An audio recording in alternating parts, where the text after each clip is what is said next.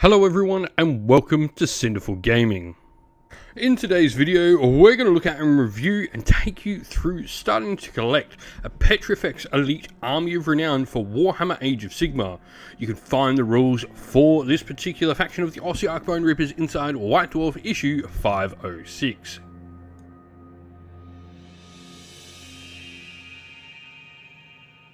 Starting off with army composition, pretty simple. When you pick the Ossiarch Bone Reapers faction for your army, you can choose for it to be a Petrifex Elite Army of Renown. If you do so, use the faction rules that we've got here instead of the Ossiarch Bone Reaper faction rules, and every unit from your army has to be drawn from the list of roster options that we'll show in just a sec. All units in your army as well gain the Petrifex Elite keyword. Roster option wise, first of all we have a 0-1 Grand Necro Mystic. Now this is a special character that we'll talk about the rules for later. If you include this model in your force, it has to be your general.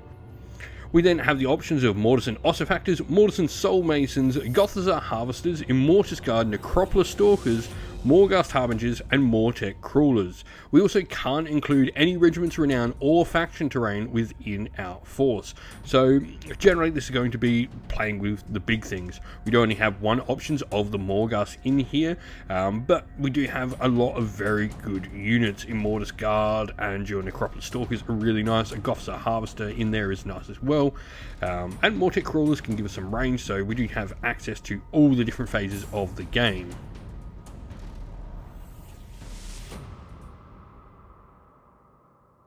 Now moving on to our battle traits. The first of these is Constructs of Petrified Bone. This is a passive ability that we have where we ignore the first damage point that will be allocated to each friendly Petrifex Elite unit in each phase.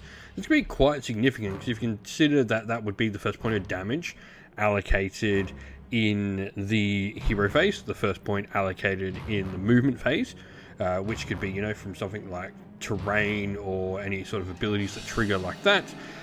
We would then have, a shooting, combat, a charge phase one as well, and even battle shock phase as well. So you're potentially ignoring 6 points of damage on every single unit each turn is quite a big deal. Next we have Ceaseless Advance. This once per turn army ability we have can be used during our movement phase.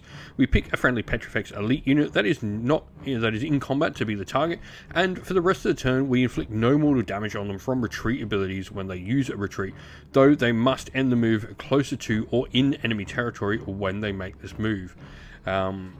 So pretty cool. It means, if we are retreating out of our own zone, we have to move towards enemy, but once we're in enemy territory, it can be sort of backwards, forwards, whatever way we want. A nice solid ability. We don't have an awful lot of models in our force, so definitely an ability to ignore like this mortal damage that is taken through something we want to be doing is good.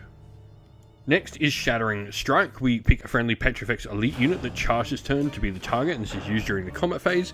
The effect of this is the target can use 2 fight abilities. We get struck last on the second one of those fight abilities. Pretty standard sort of stuff. Once again, we don't have many units, so allowing our limited amount of units to attack multiple times, solid. Lastly, we have Relentless Onslaught. This once per battle army ability can be used at the end of any turn. We pick a friendly non-hero infantry unit that's been destroyed to be the target. We roll a dice. If the roll is lower than the number of models in the target unit, we set up a replacement unit with half the number of models from that target unit in friendly territory, wholly within 6 inch of battlefield edge and 9 inch from all enemy units.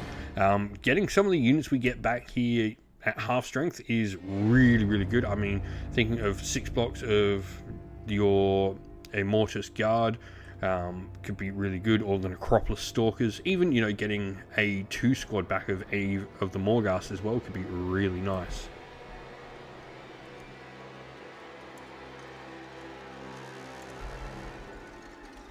We then have a heroic trait for the Force, and this is called Plunderer of Parts. This can be used at the end of any turn. The effect of this is, if any enemy model was slain by the student's combat attacks this turn, we roll a d3. On a 2+, we heal X the unit, where X is the amount equal to the roll. Our Artifact of Power, meanwhile, the Titan's Fang, is a once per battle army ability. Can be used during any combat phase, and we just simply inflict d3 mortal damage on each enemy unit in combat with this unit. Okay, it's once per battle, it is d3 mortal damage. It's okay to have there. It's nothing sort of artifact to write home about, but it can be useful wiping out that last sort of few wounds of a unit, so you can focus on something else or doing enough damage to sort of knock someone out of objective contention, all of that sort of stuff. I think it's okay, not great, okay.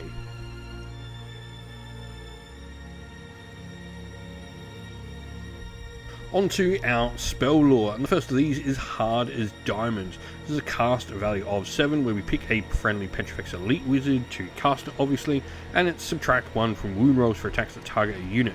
The cool thing about this though is it has keyword unlimited, so we can get this off multiple times during the phase.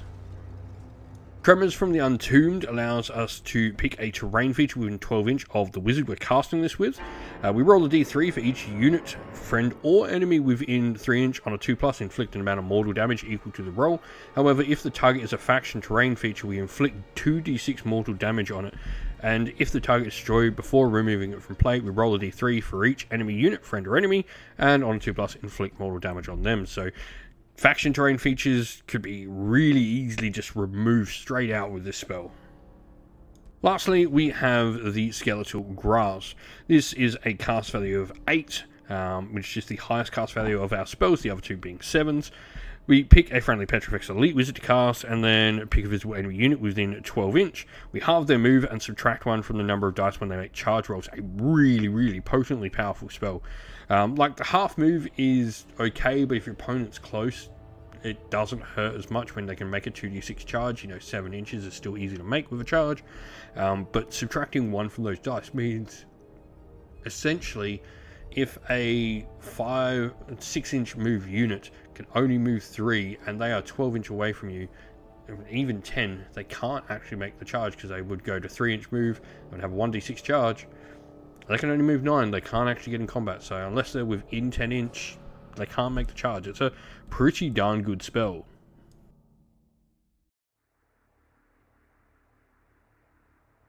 Now, moving on, we then have the Manifestation Lore, and we can summon Nightmare Predator. This is one of the many different Ossiarch Bone Reaper specific endless spells, and we do get access to it, which is pretty cool. A lot of these armies Renown don't actually get their own Manifestation Lore, so having access to one here is nice. And so the Nightmare Predator itself though is a 7 health manifestation with a 5+ save, which is slightly better than average. Most of them do have 6s, to be fair. A banishment roll of 7+ is required to get rid of it. Move 8 is nice, and it does have 6 attacks, hitting on 4s, wounding on 2s, with rend 2, damage 2 in combat. Not too shabby in all honesty. It has the Death Incarnate end of turn ability, where if this manifestation was destroyed or banished this turn in the unit that summoned it is on the battlefield, you roll a dice. On a 4+, you can set this manifestation up again, hold within 12 inch of the unit that summoned it and more than 9 inch from all enemies. So really hard to get rid of this one once it's out on the table. Obviously, it's got fly there, it's got a ward 6+ like you would expect for manifestations. I think this is fairly solid, especially considering we get manifestations for free in the game at the moment.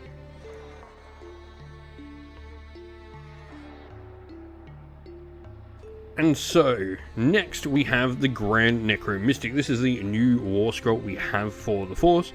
He's a monster hero, unique obviously. Wizard 1 with ward 6+, as you would expect for any death model. 12 wounds, move 6, and a 3+ save is all really nice, especially with control score of 5 to back that up for some objective grabbing. In general, it's, that lower class of monsters, those smaller monsters is generally where he fits. Now he has 2 attack profiles. The first of these, Bludgeoning Strikes, has 5 attacks at 4s to hit, 2s to wound, rend 2, damage 4 with crit 2 hits. And he has 1 attack with his Petrified Spine Saw, which is 4s to hit, 3s to wound, rend 2, but damage 6, and anti-infantry +1 rend. To get a rend 3 against infantry is nice. Just pretty much if he gets the hit, he will kill 6 of most infantry in the game. Now, what's cool though is that 1 attack obviously can be the issue there, but he does have the Battlefield Enhancements ability, which can be used once per battle. If an enemy hero or monster was destroyed by its combat attacks, you pick one of the unit's melee weapons, which you would almost probably pick the Petrified Spine Saw, roll a d3, and simply add that many attacks to the model. Now, Crushing Bone Bulk is his special rampage we have. This allows both players to roll 2d6, and then you deal an amount of mortal damage equal to the difference in the 2 rolls. So you roll 2d6, your opponent rolls 1, and then the difference in the rolls is how many mortal damage is going to be inflicted, but you also do put strike last on the enemy unit regardless of the mortal damage you're probably going to inflict or not. This is really cool because it allows you to put extra attacks into the other enemy units you have, or potentially if your Grand Necro Mystic is fighting something alongside a friendly unit, allows them to potentially do the damage to allow him to get the last hit and kill the enemy unit to get the benefit from battlefield enhancements.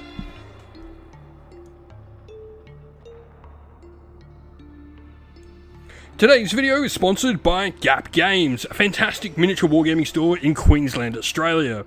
They stock a wide variety of miniature wargames from all things Games Workshop to some of my personal favourites, Conquest, The Last Argument of Kings, and all things Modifius wargames as well. Use our affiliate code in the link below to help support both this fantastic store and the channel as well. And so, to build our force up, obviously besides the Grand Necro Mystic, we're going to look at a Mortis and Ossifactor. A second wizard in our force is going to be really nice. We've got a good spell lore and access to a manifestation. So for that first sort of army, an Ossifactor is nice. 5 health, 4+ save, standard sort of Ossiarch Bone Reaper hero. The Ossified Talons are actually alright in combat. No rend and damage 2 on them with 3 attacks, 4s and 4s. But does have crit 2 hits, so he can spike and do a little bit of damage. Refined Creation is the big ability here, along with being a Wizard 1, where you can pick a friendly Gothstar Harvester or Morghast unit, hold within 12 inch, roll a dice on a 3+, add 1 to their rend. And we're looking to add a Gothstar to our force, so being able to get that extra rend on the Gothstar does make them a much better unit. Speaking of Gothstar Harvester, that's where we're going to look next. This 10 health, 4+ save monster does have a small short-range shooting attack that does a little bit of damage. Soul Crusher weapons in combat are really nice. Crit 2 hits with 6 attacks, 4s and 2s, rend 2, damage 2. Obviously, able to get that to rend 3 is really nice. And the Ossified Hooves and Tail add a few extra attacks in there, add rend 1, damage 2 as well.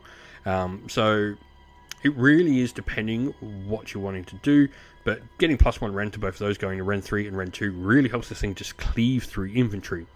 Now we do have quite a few abilities. The first of these, Gruesome Surgery, where we can inflict some mortal damage on an enemy, and we can return slain models to a Mortec Guard unit.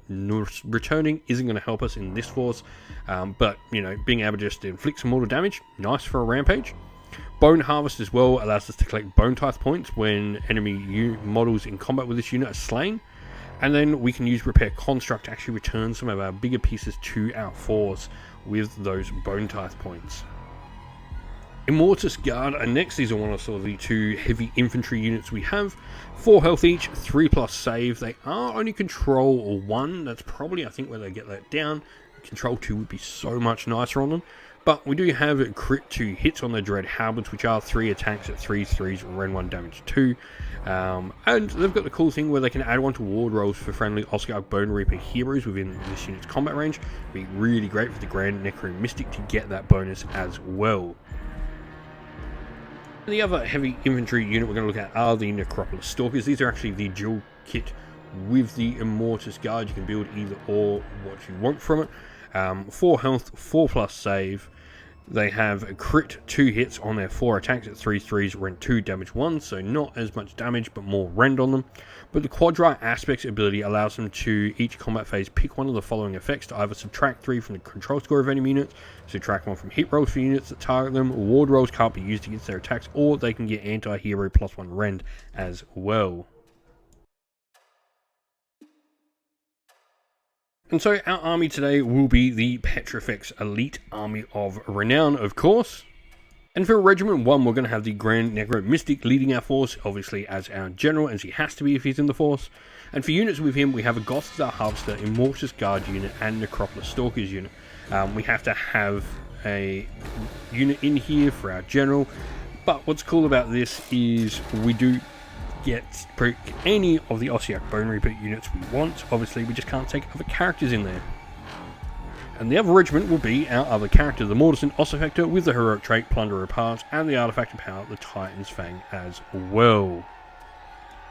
We hope this video was helpful in getting you started with Warhammer Age of Sigmar, and it was able to give you some ideas and inspiration to start your own force in the game. If you have any other questions at all, please comment down below. And while you're there, don't forget to drop a like, subscribe, and join our Discord server to check out all our future Warhammer Age of Sigmar content.